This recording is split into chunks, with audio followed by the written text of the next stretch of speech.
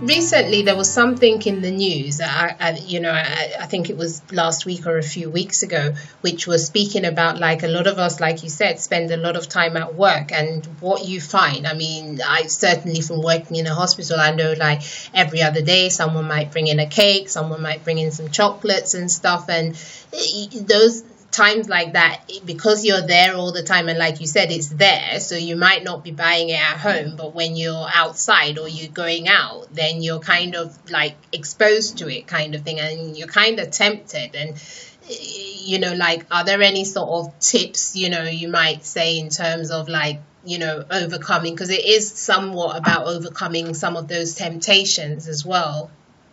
Well, I mean, those temptations will exist for sure. Hospitals are very famous for staff bringing in cakes and treats and whatever else, along with schools, along with a lot of workplaces, actually. So then you can go by a rule of thirds, right? People know the rule of thirds from photographs, where you're supposed to put people in photographs. But there's also a rule of thirds for food, for pre-commitment, where you say you are given a slice of cake, and you will say, I am not going to say no to this, A, because it's delicious, B, because this is someone's gift to me, and I don't want to be rude. However, third, and most importantly, I have made a commitment to myself to do better, to eat better. So the rule of third says I take this cake, I cut it into thirds, sorry, I cut a third off it, and I eat the third, and importantly, I return the 2/3. That way you've eaten the cake, you've tasted it. And the thing that people don't seem to realize is that a lot of times we eat stuff that looks good, that when we put it in our mouth, we instantly realize it's not as good as we wished it was. No, stolen bread is sweet. It's not as sweet as you think. Yeah. So if you eat something and it's not as good as you like, this is the third thing you can do. If you put something in your mouth that you know is not great for you, and you taste it, and you're like, oh, I do this with Bakewell tarts, right? For example, I love Bakewell tarts. It's a very, very British thing. No one in America understands what I'm talking about with this. But I love Bakewell tarts, but I know the difference between the brand of Bakewell tarts I enjoy and the other brands that I do not. The homemade ones tend to be better as well. Exactly, homemade ones too. So I know. But oftentimes I will be given a Bakewell tart, just on a plate around a meeting or something. If I bite into that, and I immediately think this pastry is waxy, this tastes all artificial, it isn't really as beautiful, it's not moist, then I take that bite, I eat that bite, I put it down next to my tea, and I have no more. So this is how you commit to stuff. This is how you make it so you just, in tiny increments, you train yourself away from the habits. When you bring out biscuits at home, if you do that, I don't do that personally. That's my pre-commitment. I don't have biscuits in the house because I would eat. But if you do have them at home for guests who come round, when you put some biscuits on the plate, don't bring the packet out. If there's 2 of you, put 4 biscuits on the plate. Then put the package back in the fridge, fully in the cupboard, completely away.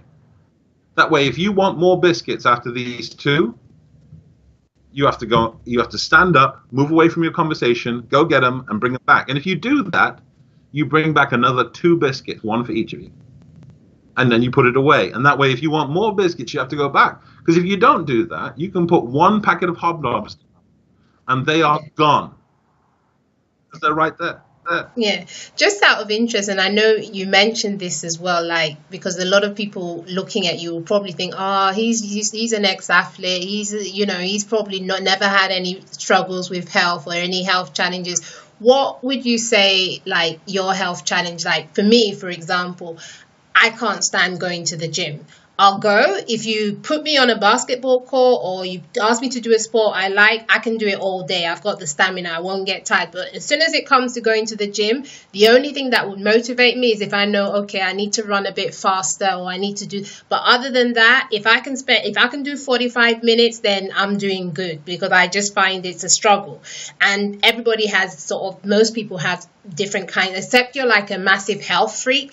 Most people have like certain health challenges, and they have to find a way of working around it. So I work around mine by, I know I struggle with the gym, so I try to do other activities, like maybe I'll walk a bit more, or I'll partake in more sports, whether it be basketball or tennis or just something to keep active, because I know that gym is not really my thing. What's yours on a personal level? I don't have a thing. I don't like any activity. I don't. I'm Okay, right. I'm not. I don't. It's not. I don't do it because I enjoy it. I walk around London because I live in central London, so I could get two tubes to go to Soho if that's what I'm doing. But instead, I walk down Tottenham Court Road to get there. I just, if you just do a little bit more, there are no bad cereals in my house. There are no high sugar cereals in my house. So if I often have cereal for breakfast, and I might even have some cereal later on at night. But it's all very boring, super high fiber stuff that doesn't really, it isn't that sugar rush. I just pre-commit to stuff. And then in terms of exercise, I have a gym membership as of a week ago. I've not yet been, mostly because of my schedule, but I will go. And I'm going to do some very simple stuff. I'm going to walk on the treadmill when it's raining outside. I'm going to walk on the treadmill. I might do some simple, some very, very light lifting, because that can be really useful, help with your joint and your muscle and bone strength and all that. But fundamentally, I'm rewarding myself afterwards by going into the steam room and the steam room relaxing for 15 minutes. So I do my 45 minutes of work, and I reward myself with time in the steam room. Find what it is for you. There's no excuse. If you walk at lunchtime, bring another pair of shoes with you. If you are in ergonomically crazy shoes for work, bring another pair of trainers with you and wander around with a friend. Whether it be going to window shopping or whatever else. So it is about just really making little changes and adapting it to your life. There isn't really a hard and fast rule. It doesn't have to be, unlike some people would make people think, it doesn't have to be a case of you go to the gym 5 times a week or you do this. It's just really, like you said, the little things like pre-committing, the mental stuff, and really taking it bit by bit kind of thing, I think is a fair way of summarizing what you're saying, so to speak. Yes. Find ways to take a few more steps. Find ways to eat a little bit more healthily. Find ways to give your mind a little bit of clarity, and those things in combination will make you feel better. So just to finish off, now, given that you run Amaechi Performance, which is all about maximizing performance, whether it be in the workplace, well, I guess mostly in the workplace is what you do at the moment. Thinking about that and also your life and your journey, what would be the top 5 personal tips you would give people in terms of achieving their goals and maximizing their performance, so to speak? I mean, the top thing. Yeah, I mean, I think having a growth mindset, a mindset where you're willing to take some risks, some calculated risks, where you're willing to stretch beyond your comfort zone, where you're willing to see